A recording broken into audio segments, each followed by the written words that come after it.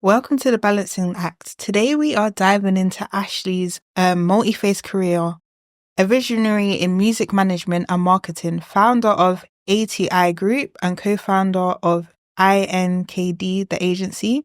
From business and accounting to mastering leadership and education, Ashley's path is inspiring as it is very diverse.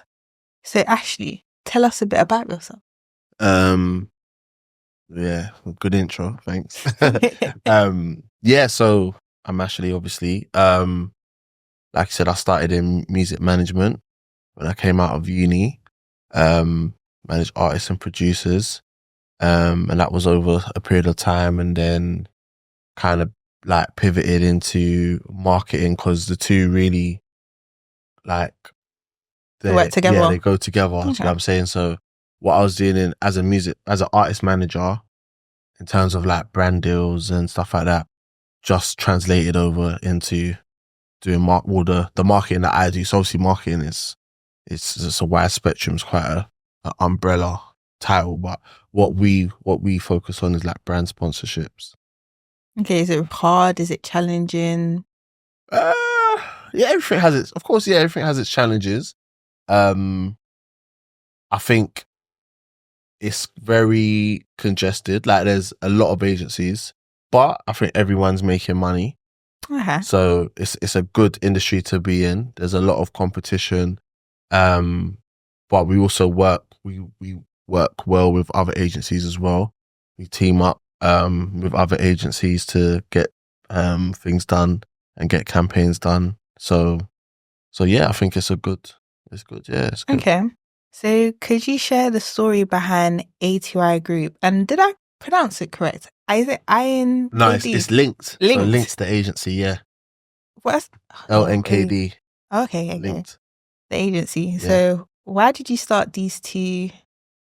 So A2i was birthed. So I was in I went to uni, and I was just managing a friend, and then started to get traction. He started to do better and well, and just we started to go viral, and then I thought, okay, yeah, I'm gonna do this management stuff, take it seriously. Because at first it was more just I wasn't a manager. I would say I was just like being a supportive friend. Yeah. But I've always had like the business acumen. And for as long as I can remember, I've always been interested in business and the way business works. So yeah, that just kind of transpired into me playing that role as a manager.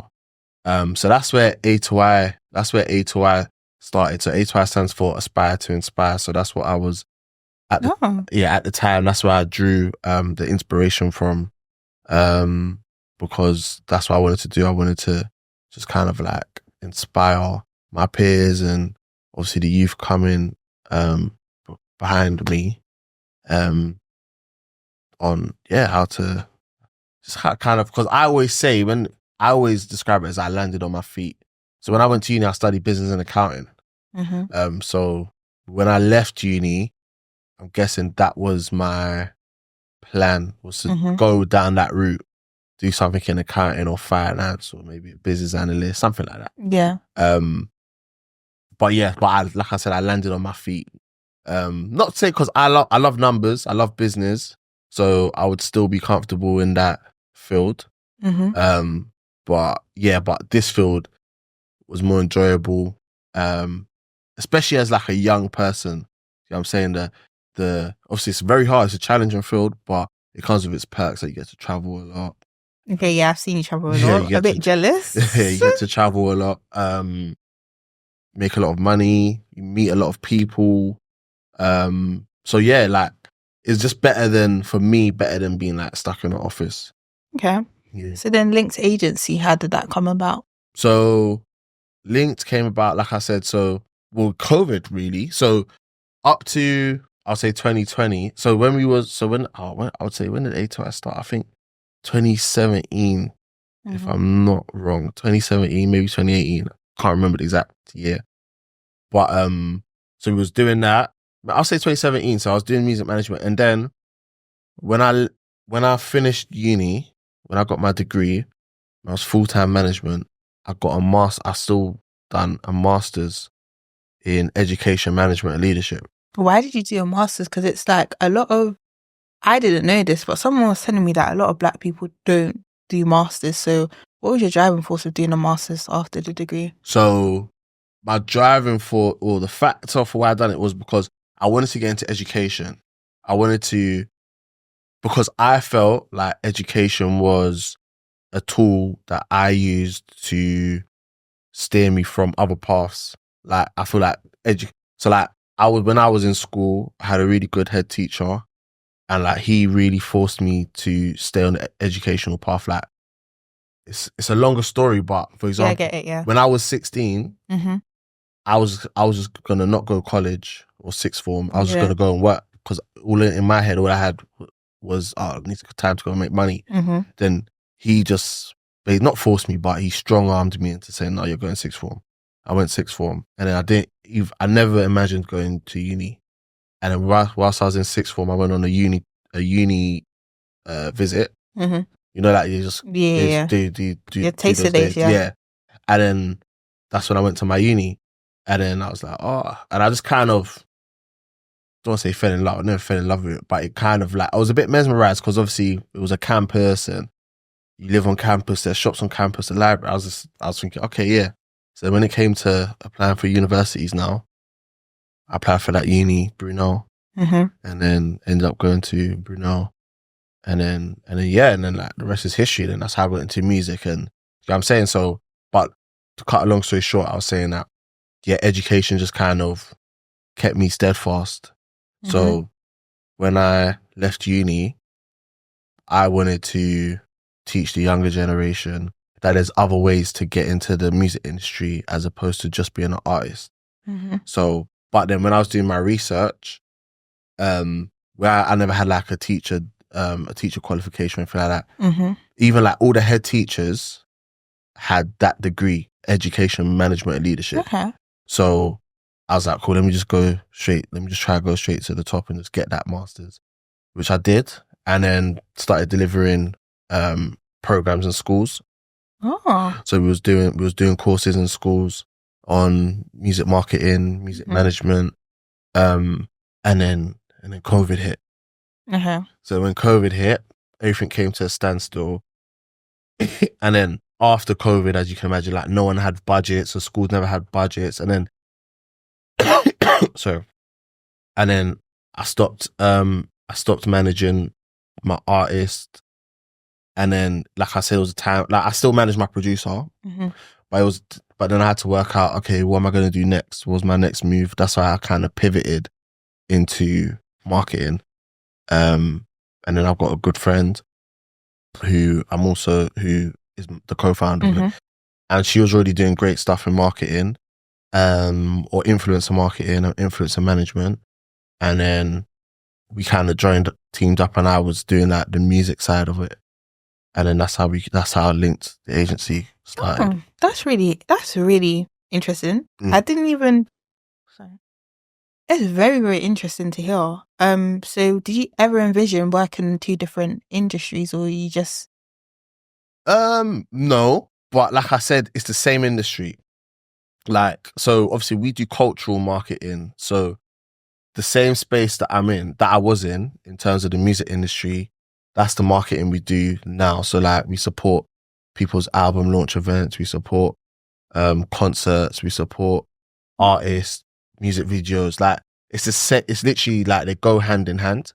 When we're doing brand, but the only difference is we can get brand deals for artists, we can get brand deals for influencers, where before I was just in the artist world, so I'd only do those type of things for artists.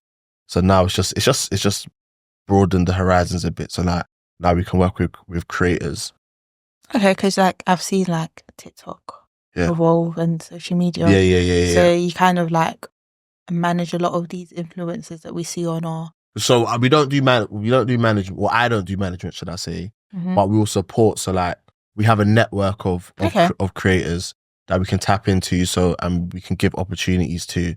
If a label hits me up and says, "Oh, we want X amount of creators to go to a concert and do content," I can tap into our network of creators and give them those opportunities. if it's like music videos, if it's a Christmas party, if it's like, do you know what I mean? It could be anything, but yeah, I don't manage anyone in terms of like on a day to day, because that's what I wanted to stay away from. I wanted to stay away from managing someone's calendar, managing someone's photo shoot, manage someone's appearance.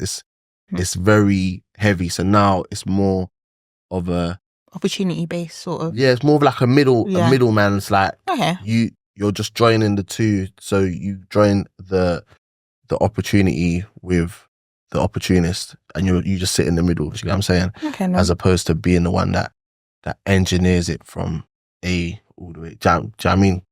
So like, how was it like in uni? Did you have to work while studying? Or Yeah. I've worked since I was 16, you know. So since I left uni, I've always worked for myself. But yeah, I worked when I was 16. My first job was in McDonald's. That was my first job. Yeah, my first job when I was 16 was in McDonald's. It's so easy to get. Yeah. But there's character building. It's character building because there's also that stigma around. It's like, oh, I don't want to work in McDonald's. You know what I mean? But it's a part of it. A McDonald's that no one's going to see you in. I didn't though. I did. No, I didn't go to the Wave McDonald's. I said no way. I went to a local McDonald's. I worked in McDonald's in Lewisham. Well, that's local for like. But Lewisham. Okay. But I wasn't from Lewisham. I'm from Croydon. So the chances of me seeing people that's what I did. But I still saw people. I still saw people as well. But it wasn't as like me working in Bruce Grove McDonald's, which is relentless. Like if you know about Bruce Grove McDonald's back in the days, you wouldn't want to work there. Yeah. Bruce Grove on 4th Street wasn't for the weak-minded. That's like working in McDonald's in like Croydon in Central. Like there's a main McDonald's in Croydon. Yeah, like, that was. You don't work at that. When I got the job at McDonald's, I said, "There's no way." I prefer to work in Wood Green and the Wood Green McDonald's I worked in, hardly anyone read. People went in there, but people didn't go in there. Right. That's not where everyone came to chill. Yeah. I was kind of content with that. So, are there any upcoming projects that you've got coming up? No, not. Or you're just chilling, you're just cruising. If the opportunity comes, it comes, sort of thing. Yeah, not particular projects. Like obviously, we've got brands. Obviously, we're now Q4 of the year, so things are kind of slower now. So it is mainly about looking towards next year. But yeah, we've got some big brands that we work with, and they got a lot of things going on next year. Particularly like party brands or lifestyle brands. So yeah, we work with a few different brands, and yeah, just mainly just about focusing on securing some things for them next year. Yeah. So when's the peak time where you have a lot of, like you mentioned that going towards the end is a bit slow. So when is your like high season? Quarter 2, Q3. So summer. Oh. Anywhere from like April. So Easter through to summer is, I would say, is our busiest period. Yeah. Because obviously, like I said, like we're very interlinked with the music industry. And the music industry is quite like, people don't release music during Christmas unless you're a big artist, because you're not gonna chart, because you're gonna have people like Mariah Carey and I'm saying these classic Christmas singles that take over the chart. So people, if you notice, people don't really release through December. That makes sense because or January. Everyone has a summer song. Everyone has a summer song. Yeah. Everyone has a summer song. Off the back of Christmas, you'll see people start releasing from the end of Jan, Feb, and then their campaigns will start rolling out. But during that period, it's a downtime for the industry, because I know like labels aren't really working during those periods. Like this period's like end of November through till December, Jan. People ain't working, and then artists aren't working anymore. It's a down period. Yeah, but the thing is, the one person who I miss making music during February time, can you guess the artist? During February? During Valentine's Day. Abracadabra. And he made his Valentine's Day songs, and that was like... But he'll probably still do that though. But I don't think artists. That's when I start to see artists emerge again, is when Valentine's Day. I remember his songs. Like I remember back in school, I was just like, yeah, this is my jam. But I feel like it makes sense because everyone's always rushing to get a summer song, and then like is the music industry is kind of very interesting. You got different avenues. You've got like you just got different genres of music all coming together. I listen to a few. Yeah, but that's the thing though. Like different artists, like you said, people want that summer song, but I don't know if you've noticed, but some people's summer song might start from March and it takes a while to grow, and then by summer it hits. And then some people can just release a song in summer and it hits straight away. So, if you're an artist and you understand your audience, then you'll know like when to. Because what's a good example? There's certain songs though that they get released a bit earlier and then they grow into I've seen the it. summer. Do you get what I'm saying? I feel like TikTok's helped. Yeah, TikTok's been helped major, significantly. Major. And it's like a lot of the songs I'm hearing, cool, I used to hear it before, but then it's like they're bringing back the old school classics like Nines. I think Nines. I like Nines. Scraps. Yeah, they're bringing him back. Just a few other Fredo, like a few other artists that I'm hearing. That's the thing, yeah. See with TikTok, yeah. Obviously, people say now it's like the microwave generation where we can only take in content for a short period of time. So that's why everything you see reels are like 30 seconds, 1 minute. Yeah. But what I have noticed, it can give things a new lease of life. Yeah. So certain things that you said that might have gone quiet, out of nowhere you just start seeing it pop again. Do you know what I'm saying? So that's what's good about TikTok. But TikTok's like revolutionized the way. I don't know if it's for the good or for the worse. Some people say it's for the worse. Some people say, like in the industry, like behind closed doors, some people say it's for the worse. Some people say it's for the good. I think it's for the worse in a certain degree because I remember rushing home from school and going on YouTube to listen to the new song that someone was humming along, or going on a YouTube converter and connecting your phone to download the music. That's the thing though. But then it's like okay, so that means someone would say,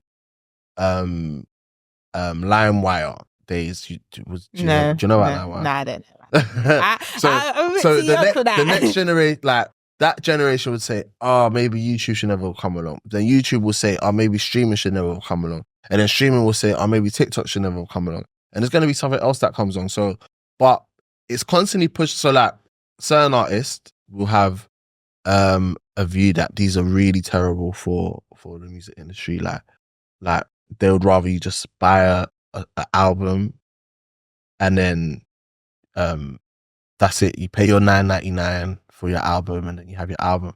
Whereas people are getting paid pennies per stream.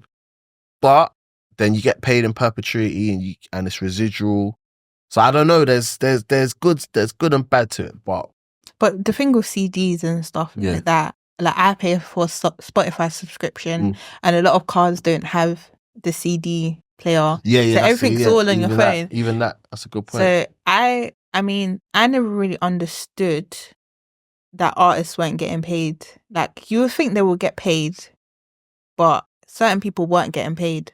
No, people will get paid. People get paid. Don't get me wrong. People get paid. Do they get paid the amount of money that they should get paid? Absolutely not. Yeah. There's no way a stream, one stream is worth 0.00 something of the pen. Do you know what I mean? So they need to sort that out. But it makes your music more accessible across the world. So it gives people the chance to, it gives you as an artist more chance to be exposed to more people. But yeah, they definitely need to sort out the streaming, the numbers in streaming, 100%. Because like speaking to you, you've actually opened my eyes a lot about, because I don't pay for albums. I just stream it on Spotify. Yeah. And then what I do is I just stream. I just repeat. I've never bought an album before. No, I've never bought an album. Well, I haven't bought an album since streaming's come about. Yeah, You wouldn't though. Why would you? Like, you just add it to your library. Boom. Simple. I'm an Apple Music guy. I'm not Spotify. I prefer Spotify. Add it to your library, and then you have access. But yeah, no, I'm just saying the money that per stream needs to be upped. And the giants like a Spotify, they're the biggest streaming platform. They pay the least. And then really, Yeah, but it's because it's the way the numbers work. Because they have the most amount of streams, they can pay the least. And then, do you know what I mean? It's a tier system. So somewhere like, what was Jay-Z's streaming platform called again? Tidal. Yeah. Oh, yeah. They would pay the most, but you're not really getting any streams on Tidal. Because who's using Tidal? Yeah, but everyone. So it's all about leverage, innit? Like the bigger platforms like a Spotify, Apple Music. I was gonna say pay decent, but no one pays decent. But they pay more per stream than Spotify. So, like, my theory is when artists, should they have more than one stream of income and not just only be relying on making money from their music? 1,000,000%. Because especially now, like you said, like we just mentioned, the microwave generation, as quick as you're hot is as quick as you're cold. Like 1 minute you're the big thing, and then the next, no one's interested. So music money is nice, yeah, but it doesn't last forever. And when the fall off comes, it comes fast. So and you can't see it coming. when the audience decides, yeah, you're not really cutting it anymore. It's ruthless. It's brutal. So make your money and diversify your incomes. However you're going to invest your money, invest it, but invest it straight away. Like, don't, because the money comes in fast, yeah.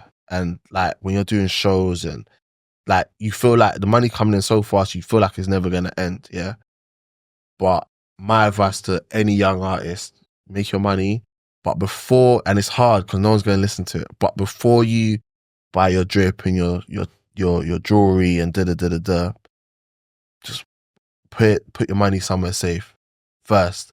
Once that money's secured, then enjoy the rest of your money. Go buy your clothes, buy your jewelry. Obviously, I know you got to stay on brand, but yeah, whatever you do, just while you're in the peak of your career. And the trap that artists get caught in is they don't, like I said, they don't think that peak will end, or they think the peak will last longer than it does. But while you're at the peak of your career, put your money away. So, like, where would you suggest they like put their money away? Like, would you say invest in stocks or property or start a business? Well, disclaimer: I'm not a financial advisor. I know you got a financial, but there's so many opportunities. Like, if you want to be safe, you can just do something like the S&P 500. Just put that grows every year without a doubt. So you can put money there and just leave it. You can put there's platforms out there like Hargreaves and Lansdowne where you can put your money. They can invest your money for you safely, and you're going to get a return on it. You're going to get more than what you'd get the money being in a bank. Don't leave your money in a bank. That's what I would say. So leave a rainy day fund in the bank. But if your money's in the bank, you're losing it. Yeah, because like I know a lot of people that have a lot of cash, and I said put your money into a savings account, not a mainstream. People are like, oh, I save in my bank. I'm like, no. You need to look at interest rates. Yeah. And stocks and shares. I just got a stocks and shares because when I was a child, it just moved over. So I'm starting to look into stocks and shares. But I always say to people, look at the interest rates on what they're offering. Don't just stick with your home bank because they're not gonna. So that's the safest thing, is obviously to put your money in a high yielding savings account that has a high interest. But I'm not up to date with the latest interest rates in terms of savings accounts, but I'm pretty sure there's nothing. No one is offering you more than maybe 2%. Maybe. Oh, I got 8%. You got 8%? I got 8% with Nationwide at the beginning of the last year. Last year of December, I opened up my account. But that's the thing.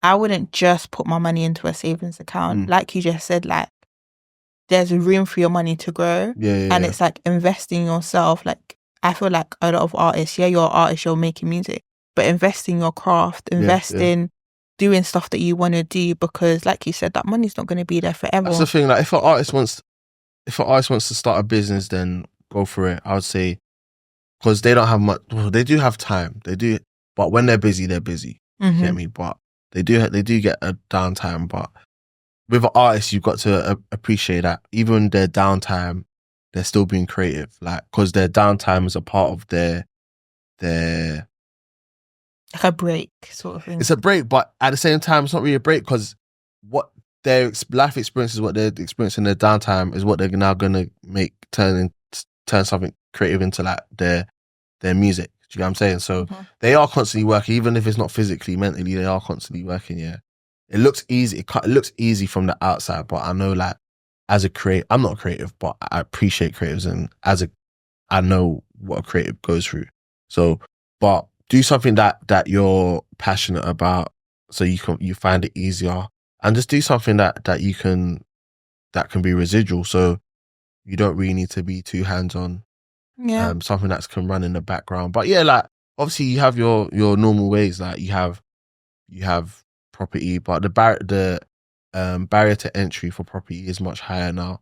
A good way, I'd say, especially if you're an artist and you got a lot of capital, then you can start distributing and investing in other people's businesses. Okay. And seeing where that goes. Do you know what I'm saying? Like, just mark out X amount and just distribute it and see if you invest in like 10 companies, yeah, or 10 startups, let's say, let's hope like at least 4 of them take off, then yeah, you should be good. Yeah, because you see that, because I see like a lot of artists now, they'll be like, oh, where's their music? But a lot of them, like, look at Rihanna. Well, Rihanna's a big artist, but look at Rihanna with her Fenty brand, and then Jay-Z and Beyonce's happened to different things. Yeah. So I started to see that trend, and like But forget that. Let's look. If we look closer to home, yeah. Okay, let's look closer to home. Krypton Cone. You got Krypton Cone, Nala's baby, Krypton Cones. You've got, who else is there? Did someone start a jewelry business? I know you definitely got artists that are invested in the jewelry. A lot of them. Art ads. Yeah. Ads has got a jewelry business. So yeah, there's opportunities that are closer to home. Like, I think I don't know Ads personally, but I've told his story to like other people repeatedly because of I've listened to a few podcasts and stuff, and like and that's what I say about big artists, small artists, medium artists. Like, I guess if you're from South London, then Ads is like, everyone would know who he is. I don't know about the rest of London, but I know who he is. I feel like, but like, we grew up on, you get me? We grew up on Brixton rap. Do you know what I'm saying? If you're from anywhere in South, you grew up on like Brixton rap. Everyone grew up. I think South London carried the music industry the most. Well, from my point of view, obviously you're different to me because obviously I'm from social, but we didn't start with social media, so all we knew was, I remember when there still wasn't YouTube. You know what I'm saying? So all we knew was what YouTube was through Bluetooth. You know what I'm saying? So we just knew our local. To be fair, YouTube was I wouldn't say kind of new, but we used to watch, oh my gosh, my mum used to put it on, what's the show that had all the music on? Like Channel U. Yeah. There, and there was another one. Channel U, MTV Base. Yeah, I used to watch all of that. You wouldn't see us on MTV. No, Channel U. But Channel U, yeah. I used to. So man grew up on Channel U. So, but away from Channel U, when you would hear other artists from other parts of London, in school, all you knew was what was being pushed around, from phone to phone. So, but yeah, we grew up on like Brixton rap, anyways. Regardless where you was from South. Obviously, you had like Lewisham rappers. We never really had, like, Croydon. We never had no big rappers from Croydon. I think there's a few big rappers from Tottenham. Well, I don't know. Tottenham, there's a few. I don't know about like the old. Obviously, I know like about Spray. He's not from Tottenham, but I'm like just he's north. from North. Yeah, but North. Yeah, like Spray. There's Wretch. Obviously, I knew about Wretch. Yeah. What's his name? Frisco. Yeah, so like Skepta, like the BBK lot. Yeah, they're like old school. Lot. But I'm not talking about. I'm talking about rap. Like, obviously they're like more grime, but I'm saying rap. We grew up on Brixton rap, like PDC. I don't know the difference between rap. I just listened to it. I didn't put my head. I don't know, because like, okay, maybe like, what is Heady One rap? Was he? Yeah, Heady okay, One. Cool. Heady One's quite good. Yeah. I kind of grew up on him. Heady One, Abracadabra. I remember I didn't know about him, and I went to school in like Archway side. One of my friends was playing one of his songs. I think it was that song is like kind of blew him up kind of thing. Yeah. And then she was talking about it to me. She's like, "Oh yeah, he's from your area. He's from your area." And I said, "I don't know who this is." Yeah. And then I started listening to his music. I said, "Okay, cool." So I really vibes with that. But I just find that also, I even forgot to even mention that like Skeps and them lot are doing a lot. Like I watched something about his sister. You see that how you said she invested in like a company. I was like watching and she was talking about it. She's like, yeah, something about her natural hair. She wants to do natural hair and stuff like that. And she just invested in a company. Okay. So it's like a lot of people are now, before, I feel like us as a community, when we do things of like investing, it's more like keep it quiet, evil eye sort of thing. But nowadays, a lot more people are sharing and saying, oh, I've done this, I've done that. I agree with that, yeah. So it's kind of helpful. It's kind of nice because growing up, I'm still quite young. I'm going to be 24 next year. But seeing a lot of people that, and actually listening to what they're saying, it actually resonates with me because I'm just like, oh, okay, so you're not just doing music. You're not just in this industry. You grinded so hard to get to where you are. And I think like a couple of artists, because I remember, if correct me if I'm wrong, I think Sneakbo went to uni or something like that. Yeah. No, because I think Sneakbo went to uni. I don't know. Like, I think it was even him. Went to uni. I think it was someone. It wasn't. I want to say it's him because my auntie took my cousin there. She's like, oh, that's the reason why I took him there because he went to uni. I don't know. Definitely not. But a lot of people. See, that I was going to think I'm crazy, but a lot of people, I have to research that, but a lot of people have done things behind closed doors. There's a lot of artists that have gone to uni, but I don't think Sneakbo here. Maybe he did. How would you know? Maybe he did. Because I don't see the time where he would have gone to uni still. But the point I was making about as before I forget is that on like podcast when he speaks about how much money he's made from music. Mm-hmm. And then now he's obviously taken that money and gone into other things. But the point I mean, with him, it's not like I said, it's not like he's ever been mainstream or I don't want to say he's never tried because I'm not particularly sure, but he's never been a mainstream rapper. Mm-hmm. He's a street rapper, mm-hmm. You get me?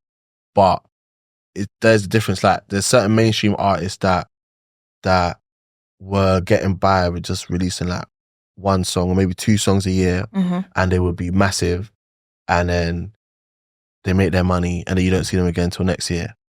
And then you've got like the smaller artists that are releasing 10 to 20 songs a year, and not all of them pop, but out of that 10 to 20, a few will do all right and it accumulates money. But the point I'm making is it's an ego thing. So when the bigger artists that were doing that, it only took 1 or 2 songs for them to do big numbers, when that starts to die down, it's like I don't see them wanting to now do 10 songs or 20 songs a year to get back to the place that they were in when they were doing 1 to 2 songs a year. But the point I'm making is smaller artists can still make very good money if they just increase their volume and put in the work. As long as you got a core fan base. You got to like push it out. You got to push out. Yeah. As if they push out the content, make yourself relevant, make yourself pop. But like, what would you say to like aspiring or upcoming artists or people that want to be like in a management position as yourself? What would you advise them?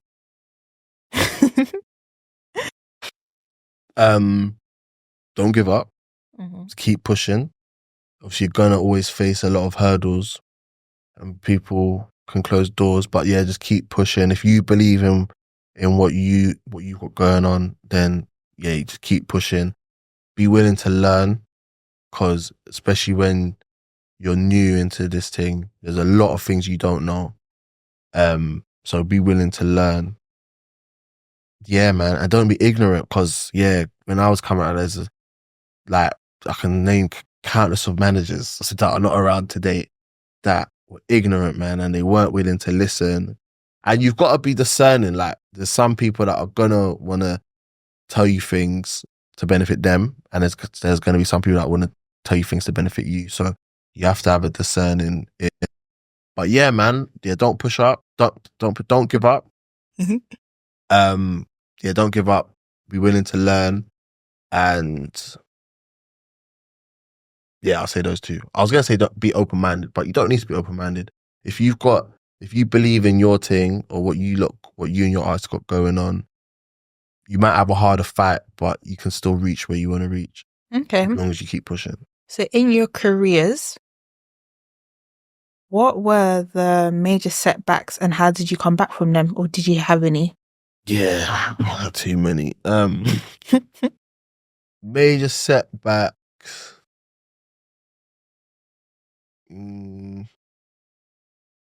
COVID, definitely. COVID was a major setback. Yeah, everyone was affected by that. Yeah, but I think the entertainment industry the most. Yeah, because you got it's such a ripple effect, COVID, like, and the entertainment industry, like streaming numbers went down. Obviously, can't do no shows, there's no events, like so many different things. So COVID was a major setback, and obviously that was a setback for the whole world. But yeah, music industry, like creative industries, suffered the most. Yeah, that's what I'm saying. So if you're in the creative space, you know how COVID affected you, and then even like once COVID had been lifted, and we would get like, I think our transition back to normality was harder than a lot of others. So yeah, COVID. What else?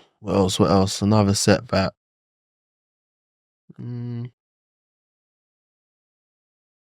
Maybe being too trusting.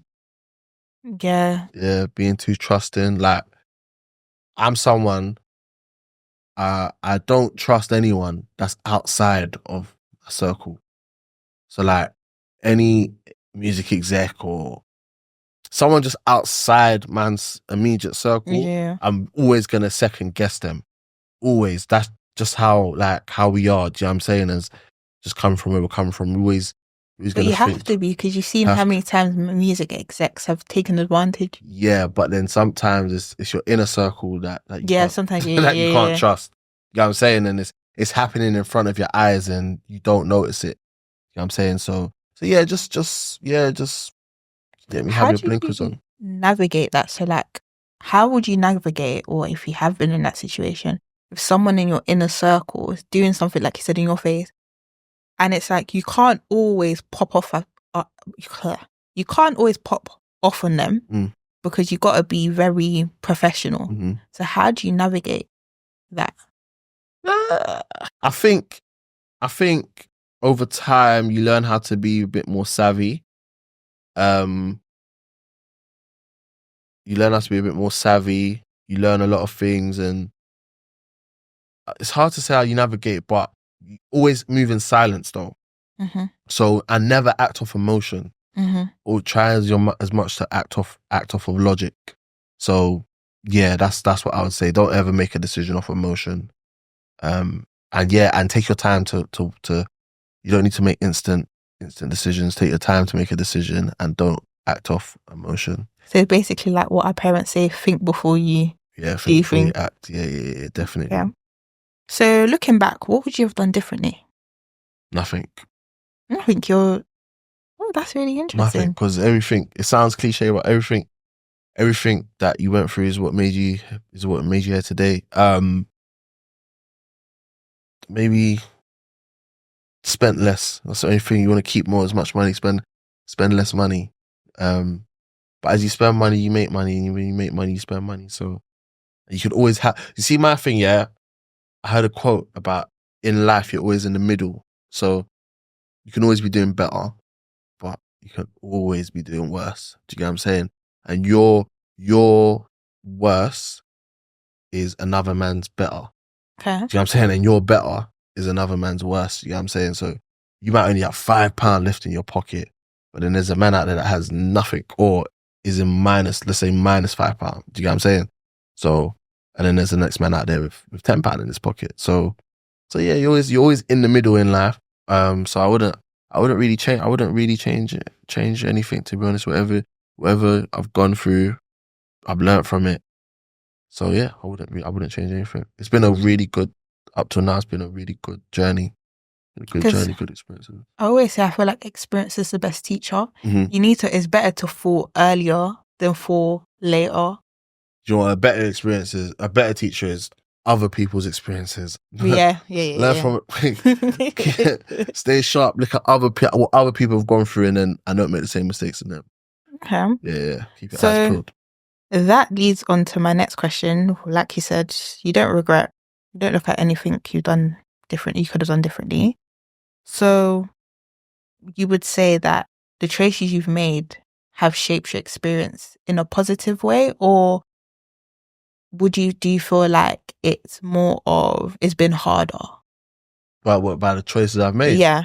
No, I think I'm a good decision maker, you know. That's one thing I kind of pride myself in is decision making.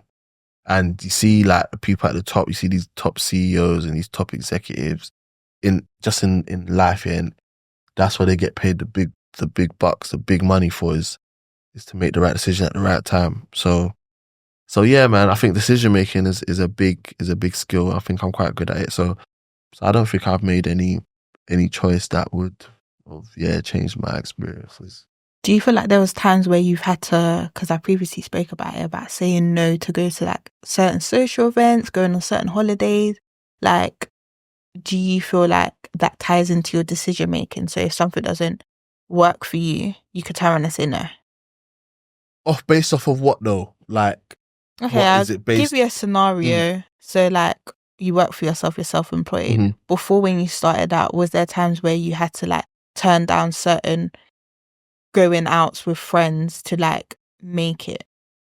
To make it? Not to make it, but like to work on yourself to build. Like sacrifice. Sacrifice. What were your sacrifices? What were my sacrifices? Well, I wouldn't say. I know, like, I definitely missed like a lot of friends' birthdays and that, but it wasn't because I was like at home working on. Maybe I was somewhere else working. Mm-hmm. So the sacrifice I say I'll put work first. So yeah, I'm a workaholic.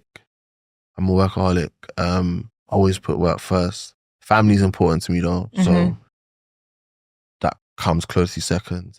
But yeah, I wouldn't say you might miss out on turning up, but it's not like I've missed out on turning up because it's like you might miss out on turning up. The only reason why I would ever miss out on really like the turning up is maybe a financial decision to be like, boy, you know, like buying tables and all that it's just might get ridiculous out of that. You know what I mean? I've never been on a table before. Well, you're still young, but them decisions that you're making, like, and also it's like every I don't know, but every parent, or not every parent, but definitely every Jamaican parent will tell you, like people can't see you everywhere. Do you know what I'm saying? Like people need to miss your face. Do you know what I'm saying? So you can't just see everywhere. Do you know what I mean? So you need to take a time out to just work on yourself and build. Yeah, and just not be everywhere, innit? Like, do you know what I'm saying? You can't be everywhere. So how is it like be accessible being self-employed? Because everybody says, oh, I want to be self-employed. Oh, I want to work for myself. I don't want to listen to people. But there is a big difference when you're self-employed because you got to make sure that you've got like, I don't know. So like, for example, what happened with COVID, a lot of people weren't covered by like furlough sort of thing if you're self-employed, because I don't think some people do it right. It's like, it's like, well, during COVID, if you were self-employed, but you basically, if you was on your pay, because you can be self-employed, but you can own your own business and be on your business's payroll. If you was on your business's payroll, then you would get furlough. If you owned your own business, but you was only taking dividends, so you was taking a share of your profit as a director, then you wouldn't have got furlough, basically. Because when you're on your payroll, your business pays national insurance on your behalf. Okay. And then you obviously you make a contribution and your business makes a contribution. But when you're just a director, or when you're a director just taking dividends, you pay national insurance, but your company doesn't make any contribution towards your national insurance. But back to the question regarding being self-employed, I've had that. It's crazy because I've had that this conversation a lot recently, but so being self-employed is hard, man. It's hard, but the way I see it is we chose our hard in it. So for me, you can't just give up and go get a job.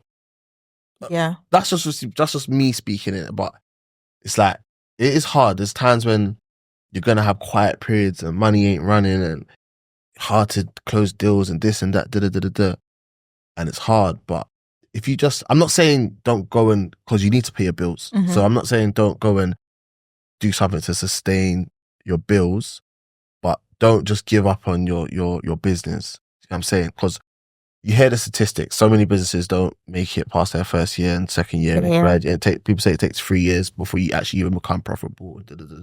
So being self-employed or running your own business is hard. It's not for the weak-minded. Definitely not. You've got to be resilient. It's very hard. It's hard, man. Don't get me wrong. Like when it's any business owner will tell you, when it's going good, it's going good. When things are running, things are running. But you're always gonna hit like quiet periods. But that's where you have to be. You've got to be financially responsible. Make sure you always have money put away for a rainy day. Yeah. And yeah, you can't just be blowing through your money. Like so many, like COVID. Yeah, some people didn't make a dime during COVID. Yeah, especially a lot of self-employed people, and a lot of us come out the other end because we had money put away. Do you know what I'm saying? But if you never had any, and because I never got furlough. A lot of us never got furlough. And the thing is, yeah, I remember my accountant always saying to me, like, yeah, you need to set up a payroll, but in my head it was the cost implications that come with setting up a payroll are high, especially when you only have a small team, or maybe it's just you in your business. Fair enough, when you have X amount of employees, then yeah, you set up a payroll. But then before that, you might just have contractors. So I don't know, but yeah, you might just have contractors. So my account was always like, you set up a payroll, but I was like, no. And then that's the time it came back to bite you. It's like, furlough.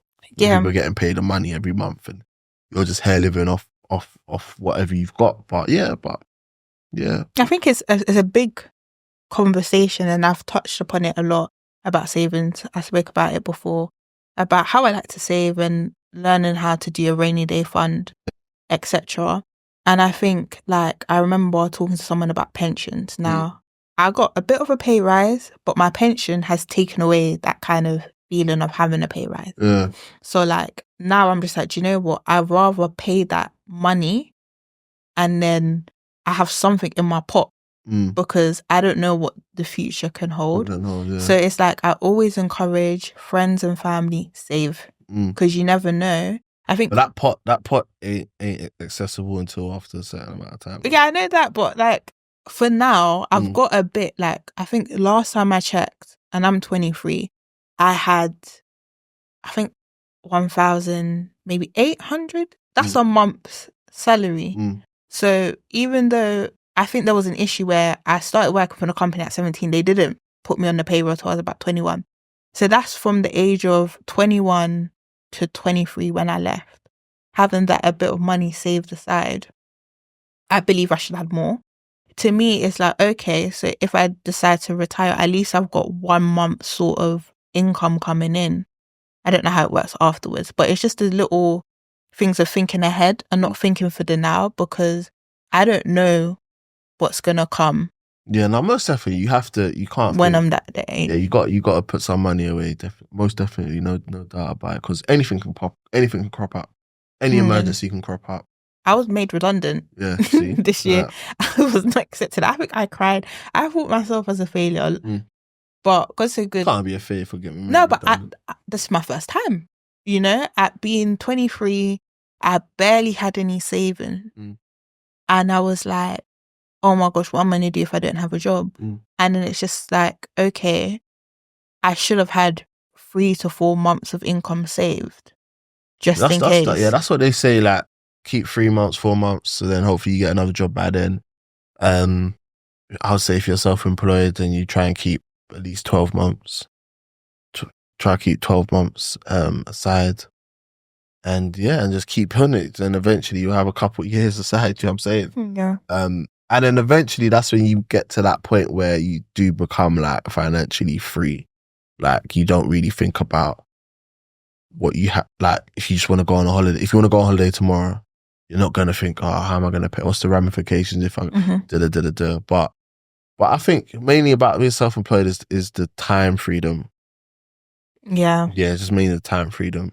And you have more time for family. And I feel like when I was looking at roles, you think that, like, no, but don't get me wrong, you got time freedom, but we work incredibly hard. And what I've noticed, is that the normal working person, I don't think they value a self-employed person's time as much, because they don't really see how much work we put in.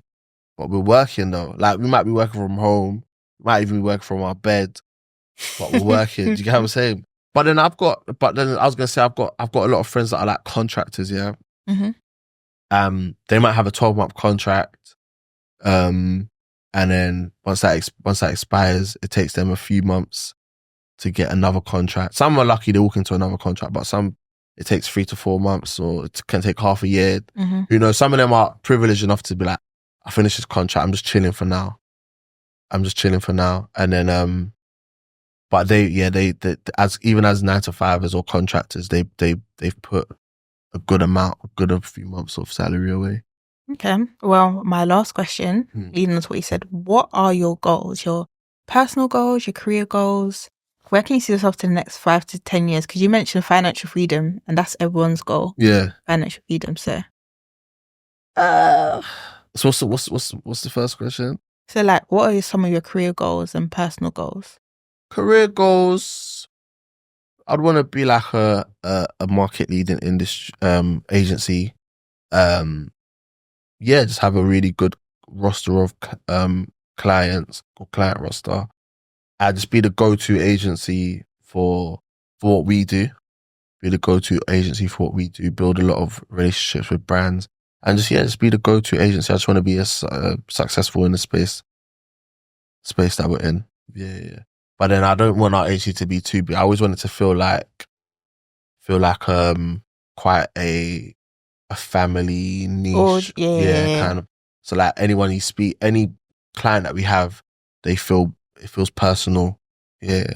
I don't ever want to lose that. Okay then, well, what are your personal goals? Personal goals, I want to retire. Retire early. What age? I'll say 40. Give myself another, what am I now, 28, so yeah, another 12 more years of working. Oh, you're young. Yeah. Yeah, 28 years, so just give myself another 12. Yeah, it'd be nice to retire by 40. Oh, okay. Yeah. See, that's the goal. Well, that's the goal, yeah. Thank you very much for giving me your time. Thank you for your time. And is it okay for me to put your LinkedIn at the bottom if anyone asks you questions? I'll add his LinkedIn. I need to do better with LinkedIn. I need to do better with all social media, to be honest with you. Oh, I can put your like businesses on there as well. Yeah. But I need to actually, like, LinkedIn is very good, and we need to use. I need to utilize it more. I need to post and. I've said this to people so many times. I just rely on my reputation, but your reputation only goes like as far as your circle and the people. But yeah, now LinkedIn again is another way to like increase your network. Do you network? Yeah, I network. Yeah, of course. Yeah, you ain't getting far if you don't network. Business ain't coming in if you don't network. See, I told people all this time, network, LinkedIn, work hand in hand. Yeah. Well, yeah, that is a great way to network, is LinkedIn. Okay, then, well, thank you very much for giving me your time. Thank you. And I hope people take some advice, and if you need any questions need to be answered, you can contact myself or you can directly contact Ashley. But thank you very much for listening. Bye-bye.